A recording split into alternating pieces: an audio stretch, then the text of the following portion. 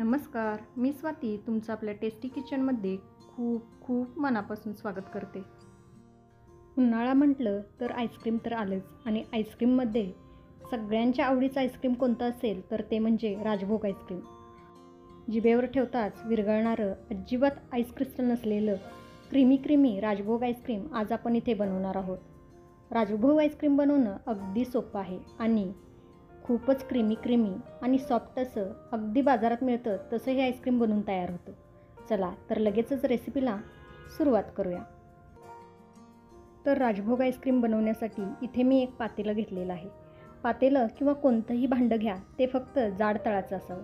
आता यामध्ये आपण 1 कप दूध घालून घेऊया. तर इथे जे आपण दूध वापरणार आहोत ते कच्चंच असावं, म्हणजे आधी उकळलेलं दूध इथे आपल्याला घ्यायचं नाही. तसंच इथे आपल्याला फुलफॅट म्हशीचं दूध घ्यायचं आहे, म्हणजे फुल क्रीम दूध आपल्याला इथे वापरायचं आहे.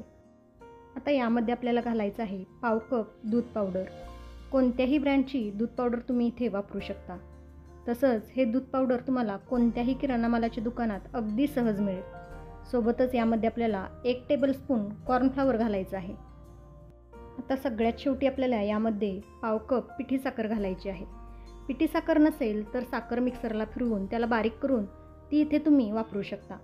आता हे सगळं आपल्याला चमच्याने चांगलं मिक्स करून घ्यायचं आहे, जेणेकरून यामध्ये एकही गुठळी राहणार नाही, म्हणजे याचं एकदम स्मूथ असं मिश्रण तयार होईल. दूध पावडरच्या थोड्या गुठळ्या होतात, त्यामुळे चमच्याने किंवा विस्करने या सगळ्या गुठळ्या आपल्याला यामध्ये मोडून घ्यायच्या आहेत. एकही गुठळी यामध्ये आपल्याला राहू द्यायची नाही. तर बघू शकताय इथे आपलं गुठळ्याविरहित एकदम स्मूथ असं बॅटर तयार झालेलं आहे. आता हे पातेलं आपण गॅसवरती ठेवूयात आणि याला गॅसवरती ठेवून चांगलं 4 ते 5 मिनटं शिजवून घेऊयात. आता याला सतत हलवत कमी आचेवरती उकळी काढून घ्यायची आहे. एकदम कमी आचेवरतीच याला शिजवायचं आहे आणि याला असं सतत हलवत राहायचं आहे. नाहीतर यामध्ये आपण जे मिल्क पावडर, कॉर्नफ्लॉवर घातलेलं आहे ते तळाला चिटकू शकतं आणि करपू शकतं. गॅस कुठेही मोठा करायचा नाही, नाहीतर मिश्रण करपू शकतं आणि त्यामुळे आईस्क्रीम चवीला चांगलं लागणार नाही. आता या मिश्रणाला उकळी येईपर्यंत लो फ्लेमवरती सतत हलवत शिजवून घेऊयात. तर बघा इथे याला छान अशी उकळी आलेली आहे. छान असं मिश्रणाचं कोटिंग चमच्याला होत आहे आणि यामध्ये रेष ओढली तर मिश्रण एकमेकात मिक्स होत नाही, म्हणजे आपलं मिश्रण परफेक्ट तयार झालेलं आहे. आता गॅस बंद करायचा आहे आणि गॅसवरून याला खाली उतरून थंड करून घ्यायचं आहे, म्हणजे याला रूम टेम्परेचरवरती आणायचं आहे. हे दूध तुम्ही पंख्याखाली किंवा असंच ठेवूनही थंड करून घेऊ शकता. फक्त हे थंड करत असताना याला अधेमध्ये हलवत राहायचं आहे, जेणेकरून यावरती साय जमा होणार नाही. फ्रीजमध्ये ठेवून याला अजिबात थंड करायचं नाही. वरती ठेवूनच अधेमध्ये हलवत याला थंड करून घ्यायचं आहे. आता हे मिश्रण थंड होत आहे, तोपर्यंत आपण बाकीची तयारी करूया. तर इथे मी एक कढई घेतलेली आहे.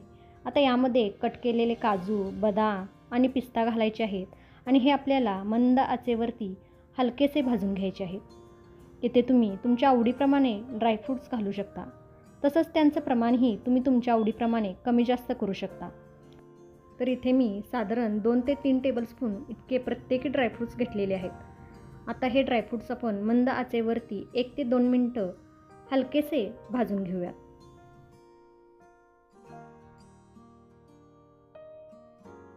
साधारण 1-2 मिनटं मंद आचेवरती हे ड्रायफ्रूट्स हलकेसे भाजून घेतले. आता हे आपण एका प्लेटमध्ये काढून घेऊ आणि याला पूर्णपणे थंड करून घेऊ. आता याच कढईत आपल्याला खवाही हलकासा परतून घ्यायचा आहे. तर इथे मी 100 ग्रॅम खवा घेतलेला आहे. मी 100 ग्रॅम खवा घेतलेला आहे. तुम्ही थोडं कमीही, म्हणजे 70 ते 80 ग्रॅम खवा घेऊ शकता. आता हा खवाही आपल्याला मंद आचेवरती 2 ते 3 मिनटं परतून घ्यायचा आहे. खव्यातील कच्चेपणा जाईपर्यंत, तसंच खव्याचा हलकासा रंग बदलेपर्यंत याला आपल्याला परतून घ्यायचा आहे. खव्याचा रंग खूप डार्कही होऊ द्यायचा नाही, हलकासा रंग चेंज होईपर्यंतच याला आपल्याला परतून घ्यायचं आहे.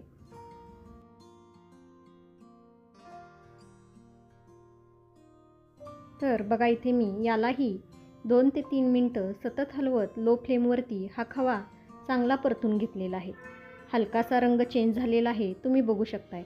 खवा चांगला परतला गेल्यामुळे याला सुगंधही चांगला येत आहे. आता आपल्याला गॅस बंद करायचा आहे आणि हा खवा एखाद्या प्लेटमध्ये काढून याला पूर्णपणे थंड करून घ्यायचं आहे.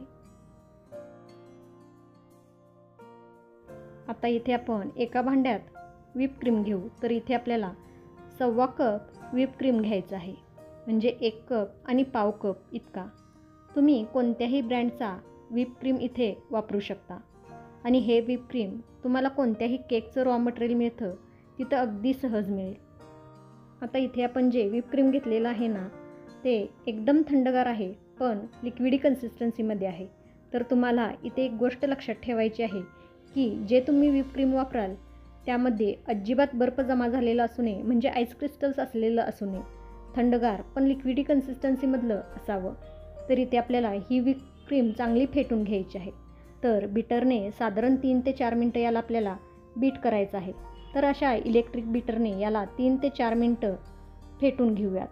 इलेक्ट्रिक बीटर नसेल तर हँड विस्करनेही याला फेटून घेऊ शकता. पण हँड विस्करने फेटण्यासाठी थोडा जास्त वेळ लागतो, पण त्यानेही म्हणजे हँड विस्करनेही हे चांगलं फेटलं जातं. आता हे क्रीम आपल्याला चांगलं डबल होईपर्यंत किंवा घटसर होईपर्यंत फेटून घ्यायचं आहे. केकसाठी जेव्हा हे व्हिप क्रीम आपण फेटतो त्यावेळी त्याला थोडं जास्त फेटावं लागतं, पण आईस्क्रीमसाठी हे व्हिप क्रीम फेटताना थोडं कमी फेटायचं आहे, म्हणजे सॉफ्ट पीक येईपर्यंतच याला आपल्याला फेटायचं आहे. तर बघा इथे आपली क्रीम चांगली फेटून झालेली आहे. तर याचं टेक्स्चर तुम्ही बघू शकताय, छान स्मूथ आणि क्रीमी आहे. याच पद्धतीने आपल्याला हे क्रीम फेटायचं आहे. आता यामध्ये आपल्याला घालायचं आहे पाव कप कंडेन्स मिल्क, म्हणजेच मिल्क मेड. तर इथे तुम्ही कोणत्याही ब्रँडचं कंडेन्स मिल्क घेऊ शकता. तसंच घरी बनवलेलं कंडेन्स मिल्कही इथे तुम्ही वापरू शकता. आता यामध्ये आपल्याला आपण जे मगाशी दुधाचं मिश्रण बनवून ठेवलेलं आहे ते पण पूर्णपणे थंड झालेलं आहे, ते सगळं मिश्रण आपल्याला यामध्ये घालायचं आहे. मिश्रण पूर्णपणे थंड झालेलंच असावं. दुधाचं सगळं मिश्रण यामध्ये घालून घेतलं.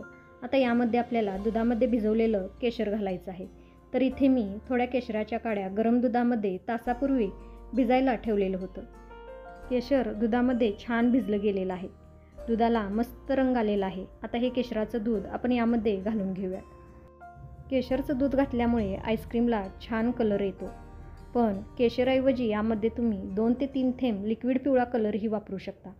पण मी तर म्हणेन यामध्ये तुम्ही केशरचं दूधच घाला, कारण याने कलर तर चांगला येईलच, पण आईस्क्रीमही चवीला छान लागेल. राजभोग आईस्क्रीम बनवतोय तर साहित्यही राजेशाहीच पाहिजे ना. आता यामध्ये खवा घालून घेऊ. तर खवाही आपल्याला पूर्णपणे थंड झाल्यानंतरच यामध्ये घालायचं आहे. आता हे सगळं आपल्याला चमच्याने सुरुवातीला चांगलं मिक्स करून घ्यायचं आहे.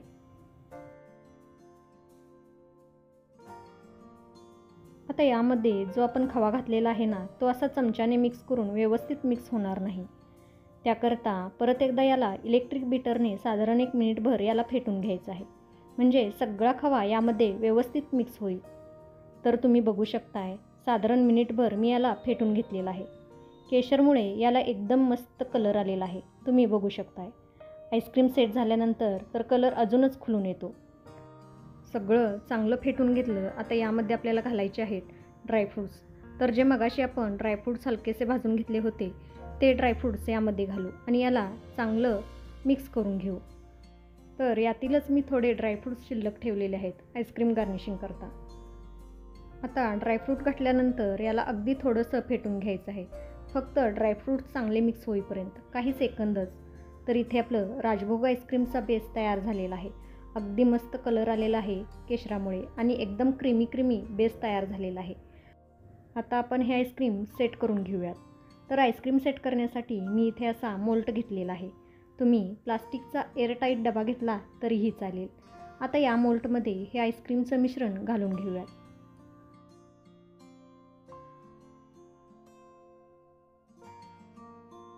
मोल्टमध्ये बसेल इतपत यामध्ये आईस्क्रीमचा बेस घातला. आता याला चमच्याने असं एकसारखं करून सेट करून घ्यायचं आहे आणि हा मोल्ट आपल्याला थोडासा टॅप करून घ्यायचा आहे, म्हणजे सगळा आईस्क्रीमचा बेस एकसारखा व्यवस्थित सेट होईल.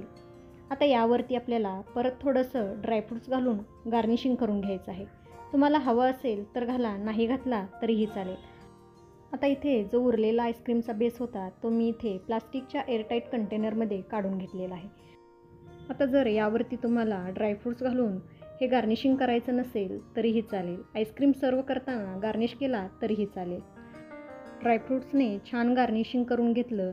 आता याला सिल्वर फॉईल पेपरने असं कवर करून घ्यायचं आहे, म्हणजे यामध्ये जरासुद्धा आईस क्रिस्टल्स जमा होणार नाहीत. मोल्डच्या साईजनुसार म्हणजे मोल्डपेक्षा थोडा जास्त इथे आपल्याला सिल्वर फॉईल पेपर कट करून घ्यायचा आहे आणि हा सिल्वर फॉईल पेपर आपल्याला सगळ्या बाजूने या मोल्डला असा प्रेस करून घ्यायचा आहे, म्हणजे सिल्वर फॉईल पेपर या मोल्डला छान असा चिकटला जाईल आणि यामध्ये जरासुद्धा आत हवा राहणार नाही आणि आईस क्रिस्टल्स जमा होणार नाहीत. सिल्वर फॉईल पेपरने याला छान असं कवर करून घेतलं. आता यावरती आपल्याला झाकण लावायचं आहे आणि हे आईस्क्रीम सेट होण्याकरता 10 ते 12 तास फ्रीजरमध्ये ठेवून द्यायचं आहे किंवा रात्रभर हे तुम्ही फ्रीजरमध्ये ठेवून सेट करून घेऊ शकता. आता सगळ्यात महत्त्वाची गोष्ट, ज्यावेळी आपण कोणतंही आईस्क्रीम, कुल्फी फ्रीजरमध्ये सेट करण्यासाठी ठेवतो त्यावेळी त्याचं टेम्परेचर हायच असावं. आता हे आपण रात्रभर फ्रीजरमध्ये ठेवून सेट करून घेऊ. तर याला मी रात्रभर फ्रीजरमध्ये ठेवून सेट करून घेतलेलं आहे. आता याचं आपण झाकण उघडून बघूयात.